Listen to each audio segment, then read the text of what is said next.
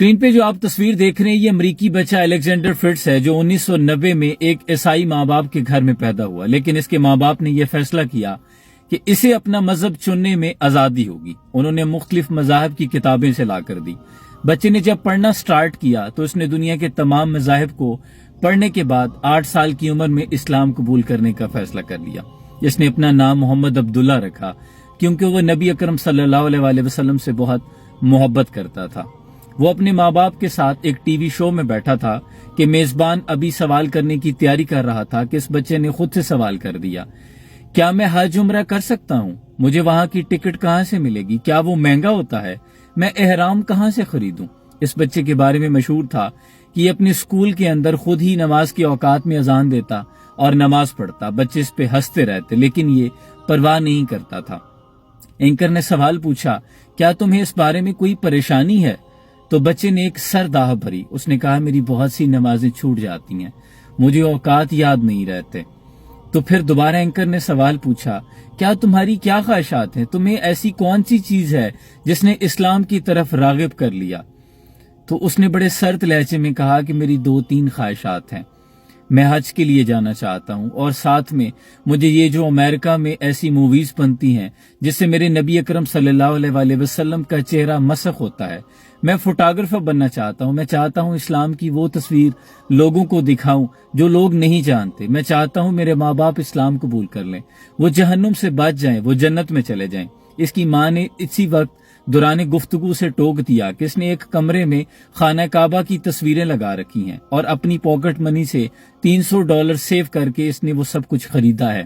اس واقعے کے بتانے کا مقصد یہ ہے کہ اتنی چھوٹی سی عمر میں ایک بچے کا ایمان چٹان کی طرح مضبوط ہو سکتا ہے جو عیسائیوں کے گھر میں پیدا ہو رہا ہے اور امریکہ میں پیدا ہو رہا ہے، لیکن ہمارے بچے مسلمانوں کے گھروں میں پیدا ہوئے، لیکن ہمارے ایمان کا معیار کیا ہے؟ ہمارے بچوں کی پرائورٹیز کیا ہیں؟ ہماری خود کی پرائورٹیز کیا ہیں؟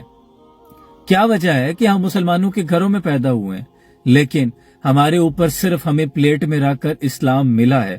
ہم نے محنت نہیں کی، ہم نے اپنے بچوں کی ترجیحات میں یہ شامل نہیں کیا۔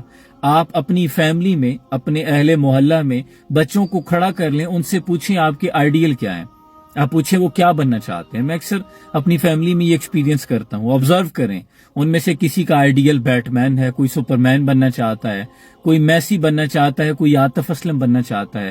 ان میں سے کوئی نہیں ہے جو حضرت ابوبکر صدیق بننا چاہتا ہے، کوئی نہیں ہے جو حضرت علی کرم اللہ وجہ الکریم بننا چاہتا ہے، جو عمر بننا چاہتا ہو، عثمان بننا چاہتا ہو، ابو عبیدہ بن جراح بننا چاہتا ہو، خالد ابن ولید بننا چاہتا ہو۔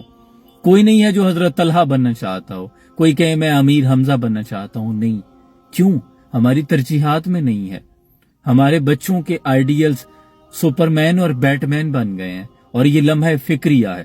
ترکوں کی ایک کہاوت ہے کہ اگر آپ کی مسجدوں میں پچھلی صفوں میں بچوں کے کھیلنے کی آوازیں نہیں آ رہی تو اگلی نسل کی فکر کیجیے۔ اقبال کہتے ہیں، اغیار یہی چاہتا تھا کہ مست رکھو انہیں ذکر و فکر و صبح گاہی میں، پختہ تر کر دو انہیں مزاج خانقاہی میں، اور بہتر ہے کہ ان شیروں کو سکھا دے رمے آہو، باقی نہ رہے شیر کی شیری کا فسانہ۔